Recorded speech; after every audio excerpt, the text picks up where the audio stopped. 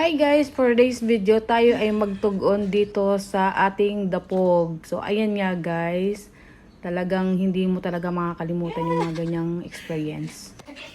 Hi guys, tayo magtugon. Ito yung kanyang baylokan. Ang kanyang talagbasan. So, isang baylok to guys, isang baylok. Isang baylok. At konti daw. Ayan. Konti daw. Yan. Yan guys. Okay na to, Nay? Yan.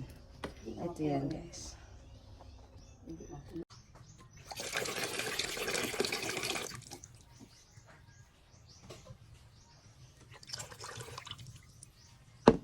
Ito guys, so ganyan. Ginagayan nila. Oh. Yan. Ganito kami sa probinsya. Okay na. Lalagay na natin yung isasaing natin na kanin. Oh. Hey guys. Success ang ating paggawa ng apoy. Pero grabe naman yung pawis ko. Oy! Oh. Bye guys.